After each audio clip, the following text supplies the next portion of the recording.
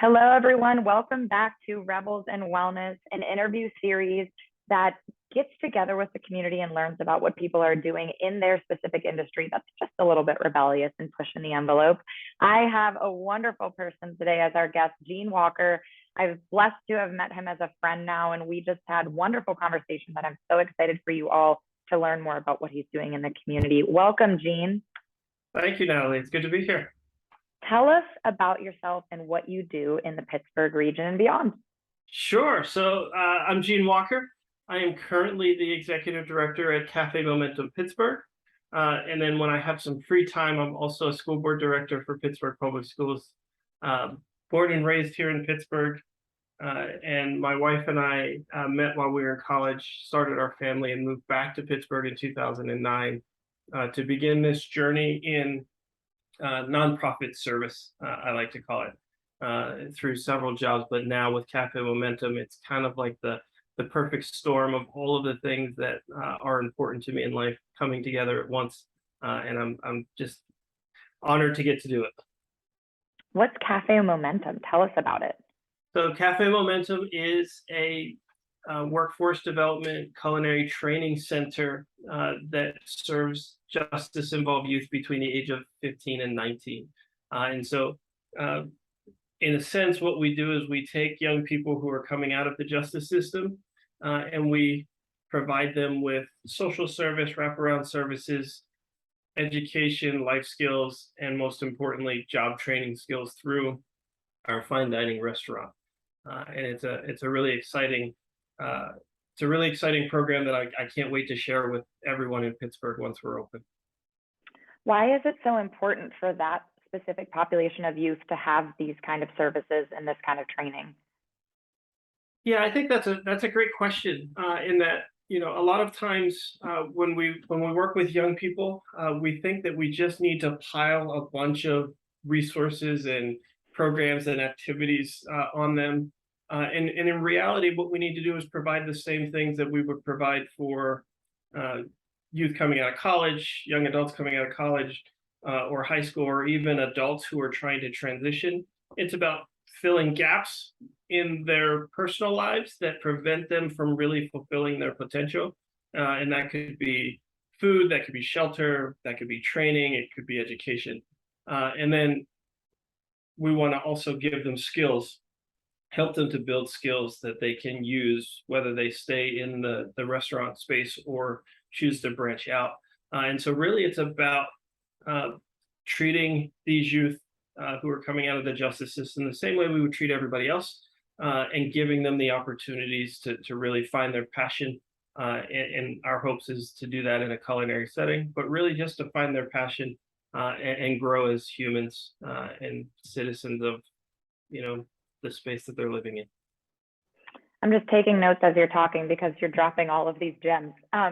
So first of all, when you and I have talked outside of this interview, we talked about gaps specifically. Can you tell us, and if you're willing to share some stories or some examples of what you've seen in your work through Pittsburgh Public Schools, some of these gaps that you've noticed? I know you shared some anecdotes.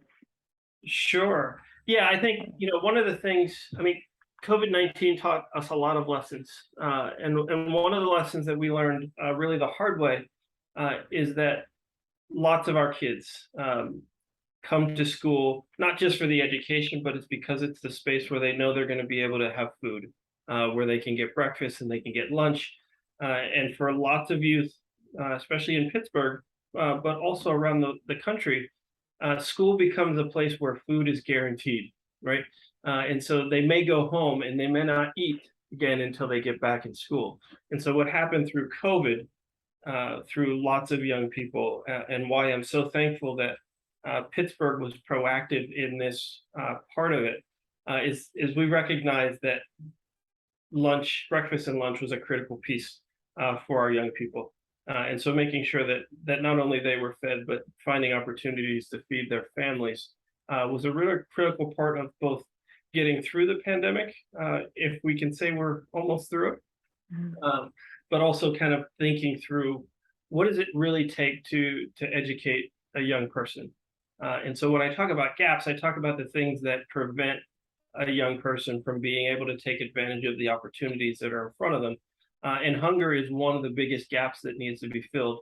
And so for anyone who has experienced hunger, right, you know that if you're hungry, even if you've experienced just, I haven't eaten all day, right, you just don't think as clearly as you should. And so by feeding yourself, by having that nutrition come in, it fills a gap that allows you to think critically about what is next in your life that you need to take care of. And so when I talk about gaps, that's really what I'm talking about. In Cafe Momentum, we hope to begin to identify those gaps and then begin to fill them, so that as we take away a barrier to learning from a young person, it opens up a door of opportunity to teach them something new. You also had shared with me a statistic, or I guess more of an observation through talking with kids at the Pittsburgh Public School system about how some populations in the schools did not have examples of going beyond high school. And, you know, can you tell us more about the story I'm alluding to? I just love the way you tell it. Sure. Yeah. So early, excuse me, early in 2010, I was working for another organization called the Pittsburgh Promise, and I was tasked with creating and running a mentorship program for African American males, with the hope that we could move them from where they were academically to being college ready, and also taking advantage of the Pittsburgh Promise scholarship. What I learned very quickly, though, is what I just talked about earlier. There were so many obstacles to these young people even thinking about pursuing post-secondary education. And the story that comes to mind is part of my entry into working with the youth. I wanted to just kind of get comfortable with them. And so I would talk about who I am and how I got from, Homewood to Lincoln Avenue to Garfield to Bloomsburg, Pennsylvania, back to Pittsburgh, and that journey. And it revolved around setting goals. And so I would ask these young men, like, what are your goals for the next year or 2 years or 5 years? And for many of them, the goal was just to survive. It was just to be alive long enough to say that I turned 21. And so for me, that's when the mission switched from focusing on the academics purely to really focusing on the whole student, and figuring out, like, what are the pieces that are missing in your life on a day-to-day basis that need to be filled in order for you to be able to focus on academics. And so it's different for everyone. Some of it's food. We dealt with young people who were unhoused. We dealt with young people who have been in and out of treatment facilities and detention facilities, and just didn't have the stable network that so many of us are privileged to have, but often take for granted, that help to keep us on a path to prosperity. You talked about gaps, and then you talked about skills. So the skills that these youth are learning at Cafe Momentum, tell us how they overlap and can prepare them for being outside of a restaurant setting as well. Yeah, no, that's a great question. I think this is another lesson that COVID-19 taught us, is that the service industry was not unskilled. It was not unskilled labor. It was really a critical piece to our society. And so if you've ever been lots of us have been in restaurants, and we can tell if we got good service or not great service, right? What we don't know is what makes that happen. And so what we want to do at Cafe Momentum is we want to provide the best service that we can every time that we can, but we want to work with our youth in a way that helps them to understand the process that it takes to get to good service, and gets to excellent service each and every day. And why that's important is because the process is more important than the results, because you can't control the results, right? You can't control how the person that you're serving is feeling that day. And so you could give the best service in the world, but if I'm having a crappy day, your service might not stand out to me. And then that reflects you. And so what we want to do is focus on the process. We want to learn, what does good service look like? What does it feel like? How does it feel to give good service, but also receive good service from others?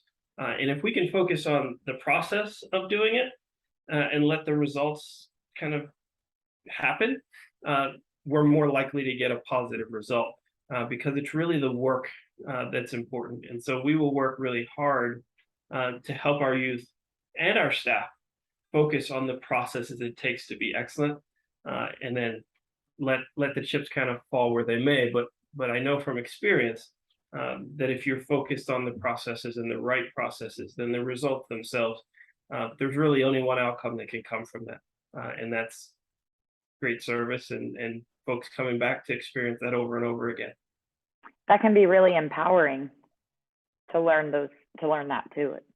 Yeah, it really is, and it translates and transfers outside of the restaurant space, and so you know, some of the most successful people in the world started in the service industry because you learn how to work with people, and you learn how to read cues and understand if someone's having a bad day or if someone's having a great day, how you can kind of change things or keep things moving in the right direction. It'll teach sales skills, so you need to be able to market not just the food, but market yourself. And then we will teach leadership skills because as the youth move through the program, they will have an opportunity to mentor new cohorts coming in. And so we want to build a cycle of service, but also a cycle of learning and leadership. And we'll do that not just with our youth, but we'll do that with our staff as well. Because, so many of us that work in the service industry, whether it's nonprofit or otherwise, spend our lives pouring out. And it's really important that we take time as the professionals in the room to also make sure that someone's pouring into us. And so that's my job as the executive director. I get to be the one that refills everybody's cup so that they have something to give. And then we'll just do that for each other over and over again. It's a kind of continuous cycle. So I think you just defined why you are a rebel in wellness, because we typically think of the wellness industry as a certain look and a certain amount of money and a certain status to be well. And what you're doing is refilling people's cups figuratively and providing self-care, opportunities and wellness for people who may not otherwise think that's ever an option for them. Yeah, I believe that 100%. And we talked about it before. I believe that our young people deserve adults and caring individuals who are fighting to be with them and be in relationship with them and help them grow. And so, one of the things that I'm really going to work hard to make sure that we do is really flip how we work with our youth. And so often young people fight for the attention of those that they aspire to be. And at Café Momentum Pittsburgh, we're going to do it different. Our staff is going to fight for the right to be in relationship and to work with the youth in a way that they've never seen before. And I think if we do that, it will allow our young people to see that they are valued, that they are loved, that they are cared for. And then they will go out, hopefully, and seek other relationships and opportunities that make them feel wanted in that way. And it's in that way that we break down barriers and we change how society treats us and how we treat society. And ultimately, and this is a little more of a selfish plug, but ultimately, if we're successful, then that means that we provide a better product and experience in our restaurant, which allows us to do it again tomorrow. Yeah. So it's constantly putting out that positive energy into the world and into other people so that they feel valued, and that just feeds itself. Absolutely. Amazing. Well, I can't believe our time is already up. I'm sure we could talk forever like we did the other day, but I'm just so grateful for what you're doing. And tell those who are watching where they can learn more about Café Momentum Pittsburgh. Yeah, so you can learn more about us at cafemomentum.org. And there are several locations. So there's Dallas, Nashville is coming, Pittsburgh is coming, but we're all housed in the same website.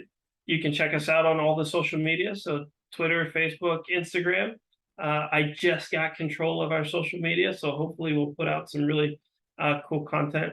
And then just check out for news because we're going to be doing some cool stuff, and we're going to be a part of some community activities that will help us not just raise awareness for our organization, but also raise a little money, because that is an important feature of any nonprofit, and we're no different.